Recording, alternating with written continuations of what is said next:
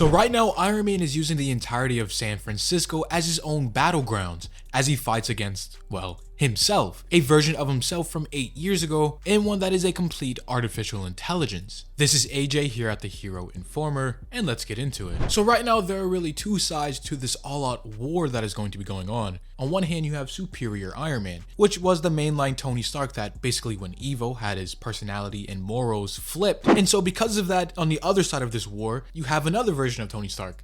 Instead, it is a backup copy of his subconscious and mind from 8 years ago, given a full personality and artificial intelligence. Meaning he is every bit as smart as the normal Tony Stark, except, well, he is a robot and isn't a actual human being. But either way, they're butting heads as this now AI Tony wants to eradicate this now evil Superior Iron Man. And especially now more than ever, as a Superior Iron Man is stooping to new lows every day. Now he has introduced and engineered something called Biomark 1, a process that lets him control different electrical impulses inside of people, literally taking them over against their own wills, using innocent civilians as meat and body shields. Because as his AI Tony pulls up to Stark Island to confront Superior Iron Man, he at first isn't able to do anything because of all the innocence that Superior Iron Man is directly controlling. And of course, his AI Tony tells the Superior Iron Man to let them go. But why would he? Because as Superior Iron Man goes on to say, I have a completely disposable army to protect me, and I'll keep them. Just showing you that this Iron Man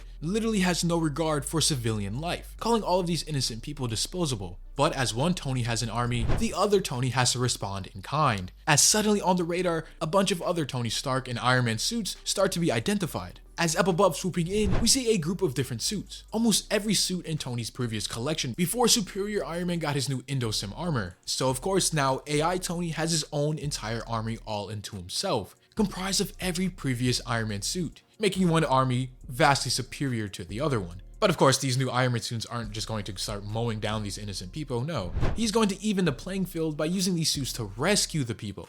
Something that an actual hero like Tony Stark is supposed to do would do. Because AI Tony even goes on to say as much. These people, they are not your playthings, not your experiments. As he rushes forward, starting this now giant battle. And believe me, it gets pretty crazy. As he flies towards the Superior Iron Man, blitzing him with multiple armors. You might think, okay, one Tony Stark has an entire small army of very powerful suits, and the other Tony Stark is just one man. Now, one man in a powerful suit, but still one man. Surely this is a lopsided battle. But no, you will be very, very wrong, as we will soon see the Superior Iron Man is nothing to be played with. He's in one of his most powerful suits ever, meaning every suit previously is almost nothing compared to him. As this Superior Iron Man using his Indosim armor starts to now level the playing field, morphing his symbiote-like armor into his very own makeshift Hulkbuster suit, which is very mean looking and sinister, as he goes on to say, I am happy really. I get to show you what we can really do, especially now with all of those moral codes and inhibitions gone. Do you know what's left when you take everything that was holding us, Tony Stark, back? Freedom. As we see this giant Indosim, almost Hulkbuster level suit completely atomizing one of the normal Iron Man suits. Because if you thought the normal version of the suit was powerful, now imagine that boosted up to 10. And no, that's not even an exaggeration. Throughout this entire battle, I don't even think we see the giant behemoth of a suit get taken down in a fair one-on-one, or taken down at all. Because as this new evil Tony goes on to say, here's the thing, I made you, all of you, and I can tell you each and every one of you is inferior. Especially with the fact that previously the AI Tony wanted to straight up kill this new evil Tony Stark, but was convinced not to and to follow the original plan by Pepper. And Superior Iron Man even makes note of this, saying you want to take over my mind and body, so I know for a fact you're not going to kill me, and that makes you weak. Because me, I intend to kill you. I made all of you, and I can unmake you. As their final and giant battle ultimately starts, putting Superior Iron Man, a one-man army, against a literal army of other Iron Mans. And it's almost a slaughter, this Indosim armor completely decimating and destroying the other previous Mark suits, with him specifically going for one of his first models. And instead of outright destroying it, he infiltrates it, using his tendril-like symbiote armor to infect it and learn its secrets, wanting to know where the computing power and digital base for the AI Tony is housed. And he is successful, finding out that it is at the headquarters of a company named Resilient. But before he can make use of this information and leave, he is blindsided by about a dozen Iron Man suits, as all of the suits try to gang up and pile on him, obviously knowing that one-on-one, the Indosim armor is a match for any of them, but maybe in a group, maybe in a gang altogether they can take him on. But again, they are solely mistaken, as Superior Iron Man just keeps destroying. But this time, instead of prolonging the battle, he starts to fly away into the sky. But no, he isn't just running away, he is simply taking the fight away from his island, because in his own words, he wants to tear the AI Tony apart, humiliate him without having all of his own stuff broken at Stark Island. But that's one of the worst things he can say to a version of himself that has access to dozens of suits, as a bunch of the other suits go to purposely start destroying and causing damage to his island. And it's about to get even worse for the Superior Iron Man,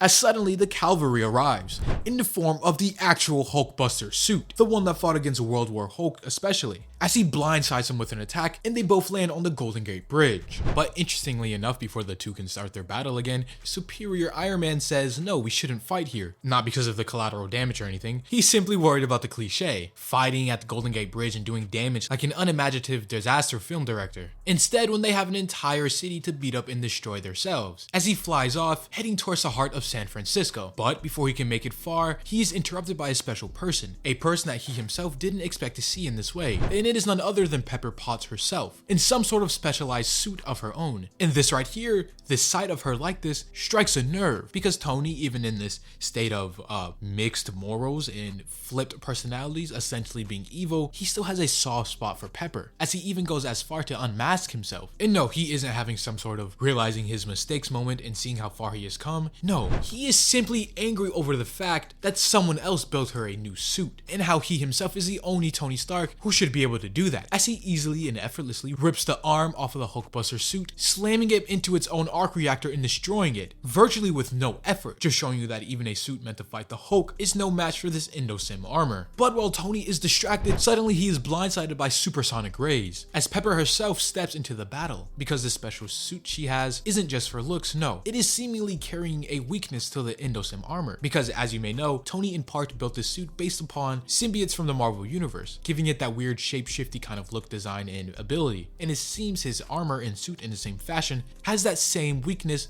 of high frequency sounds, and later on it comes full circle and it is revealed why this is. But for now, it seems like this weakness of his actually works, as eventually Superior Iron Man, Tony Stark, falls, defeated, as the Endosim is literally stripped from his body. Later, picking up at the Resilient headquarters, as I've mentioned before, we see a little bit of a group meeting, one with the beaten and currently captured Tony Stark, AI Tony, Pepper Potts, and the Teen Abomination. And here they discuss what can they even do moving forward, because Pepper Potts tries to be optimistic, saying that she thinks the world is big enough for two Tonys if the AI one is happy staying a machine. But of course, with him still being Tony Stark all in mind, he says he is absolutely not. And besides, he has been in and seen inside of the evil Tony Stark's mind and what he has done to that body, and he really doesn't want it anymore. Because it truly seems like this Superior Iron Man is truly gone, in body and mind. But as the heroes continue talking, suddenly Tony Stark has a little smirk on his face, meaning he has a plan, as he quickly gets up and heads towards the main computer, slipping something, a hard drive, into the machine. And as we will find out, this one little maneuver begins a downward spiral of the heroes, as because whatever was in the little flash drive enters the system. And even though Pepper Potts is able to destroy it, she wasn't fast enough to completely stop it from what it was doing, uploading a virus into the system. And this computer system and network here at the Resilient headquarters is the one thing that the AI Tony's consciousness is attached and hooked up to on, meaning this super virus is directly connected to them now, finding every trace of the artificial intelligence Tony and shutting him down one by one, as one of the armors starts to fall and crumble, literally deleting and slowly killing the AI good Tony. And so with not a lot of options left, AI Tony goes to grab Tony Stark by his neck, telling him to stop the program. But at this point, the evil Tony can't do that. It is in the system now, there's nothing he can do, especially thinking, as before,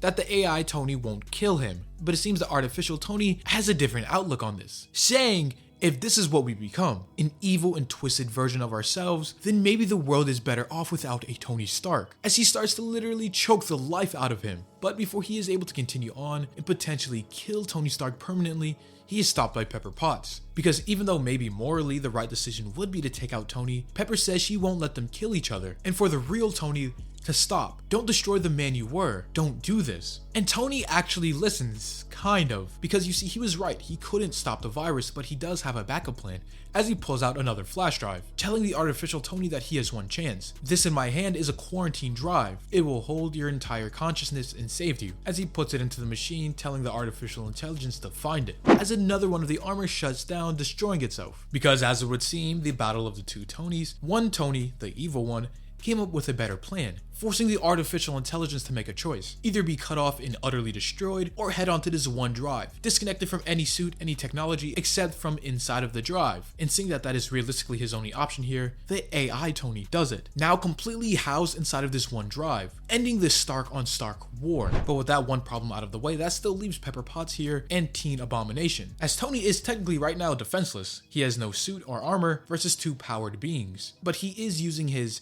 other self as a hostage in some sort of bargaining chip, as because if they want any resemblance left of the old Tony, they're just going to have to let him walk free. But it seems the Teen Abomination isn't going to play by his rules, as he literally grabs Tony, shoving him against the wall, forcing him to drop the drive. But now seeing that Stark is hurt and in danger, suddenly somebody else enters the fold once more, blasting through the headquarters. And it is none other than his Indosim armor. But that's not the worst of it, no. Unfortunately, in the blast, the hard drive was destroyed in the process, killing and destroying any last remnants of the artificial Tony, completely ending any hope of having the old Tony back, the good heroic one. And with that, Tony suits up, back to business, back in his suit, as powerful as ever. And now with the Teen Abomination absolutely angry, which for him is nothing but a power boost, well, because he is a Gamma Hulk related character, he gets ready for a fight of his own. That is until Tony drops a revelation on him. His mother, who was previously thought to be dead, killed by his own actions, is alive. And how all this time, yes,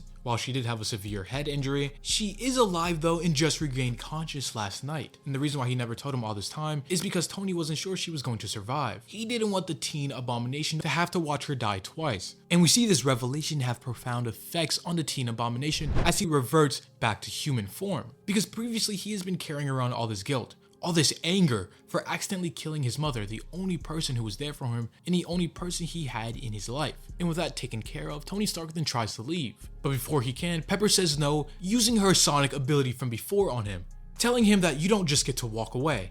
I took your armor down once, Tony, and I can do it again. But here, once more, we see another revelation dropped on us. Yeah, well, you didn't take it down once. Yes, the suit is a synthetic symbiote, and symbiotes are susceptible to sound waves, but do you really think for a second that I will build my most advanced armor from the incredible threat and weakness that is loud noises? As he goes on to further explain his plans from before, saying that he has used her, Pepper. He used her to get inside of Resilience. He used her for her compassion and misplaced faith inside of him, basically saying that she's an idiot for thinking that this narcissistic Tony would ever be thinking of anyone but himself. And because of all this being revealed, Pepper has a breakdown of her own, telling Tony that she is sorry and how she has failed him. This is everything that he asked her to guard him against, all of his worst fears realized, and how now she has no choice but to accept that he is gone. The once heroic, the once good Tony Stark is now beyond saving, and if she can't save him, then she has to save the world from what he has become, and how she is going to use one of the largest media companies on Earth